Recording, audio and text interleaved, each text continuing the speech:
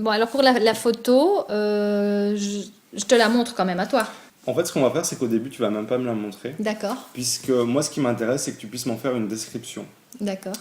Alors, l'image m'est venue, c'est vraiment une image, une photo qui m'a marquée très très vite. Donc, la photo est dans la famille depuis toujours. Papa faisait les photos et c'est maman qui faisait les albums. Et on passait son temps à regarder les albums et raconter, et ça continue.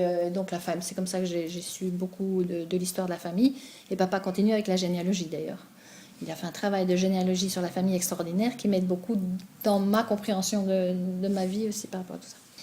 Et cette photo représente mon arrière-grand-mère, ma grand-mère, ma maman et moi. 4 générations. Et on est à la mer, toutes les 4. Ma grand-mère et mon arrière-grand-mère sont assises sur un banc, me regardent et je suis assise sur les genoux de mon arrière-grand-mère et maman est à genoux devant nous 3 et j'ai une robe toute blanche.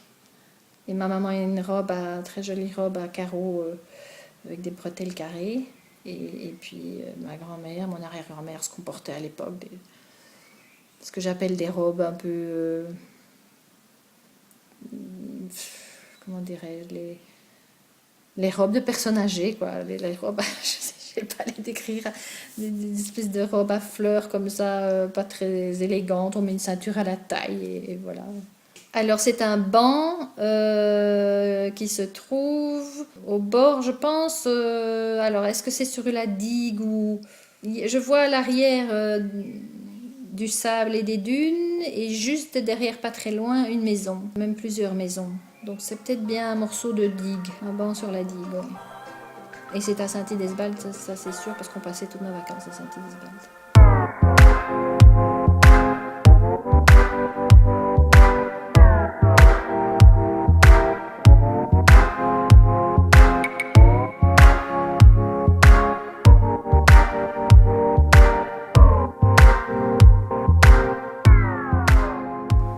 Et c'est une photo en noir et blanc. Et c'est une photo en noir et blanc, oui, oui. Et donc, ça devait être le premier congé en 61 ou 62, je ne sais pas. Ça devait être les premières vacances que mes parents faisaient en Europe. Il faut savoir que papa donc, est un ingénieur électromécanicien et il travaillait en pleine brousse pour des barrages hydroélectriques. Il surveillait tout ce qui était turbines et compagnie. Et on est à la mer, toutes les 4.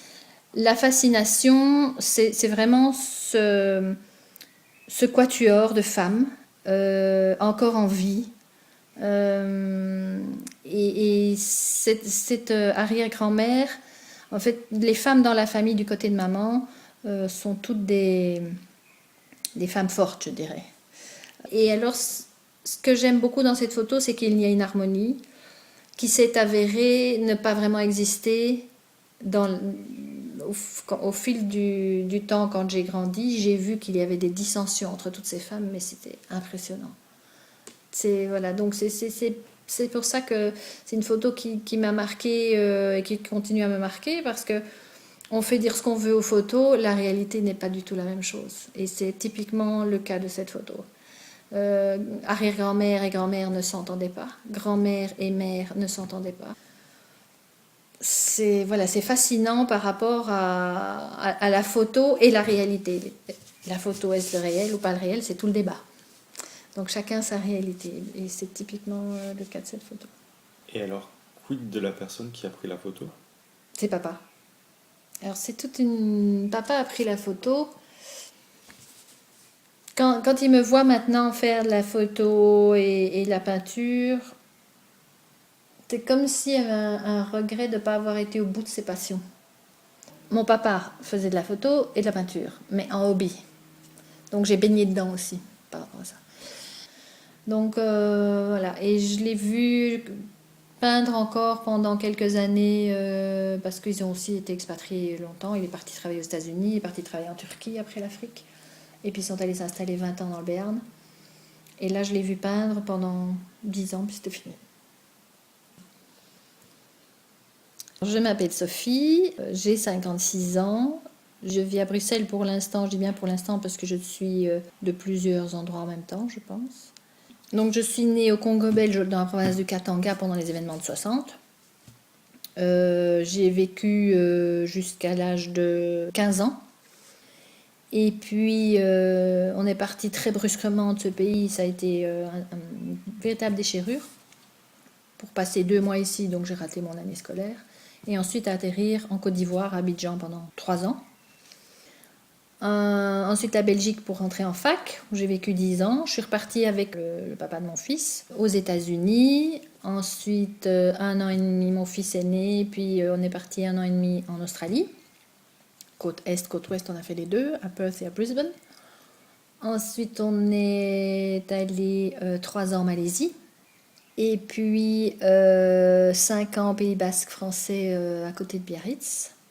Et là, je suis en Belgique depuis 10 ans, mais je continue mes voyages. Voilà. Je suis enfant, je ne vais pas dire du monde, mais de plusieurs endroits en même temps, je pense. Ce que j'aime par-dessus tout, c'est éveiller les personnes que je rencontre à travers ma pratique thérapeutique de nutrithérapeute et à travers mon art, la photographie et la peinture. Ça, c'est un de mes projets. Travailler sur les bagages. Parce que c'est quand même là-dessus que voilà, je travaille avec mes clients. C'est comment se débarrasser de nos bagages. On arrive sur Terre avec des bagages qui nous appartiennent et qui ne nous appartiennent pas. Enfin, surtout qui ne nous appartiennent pas.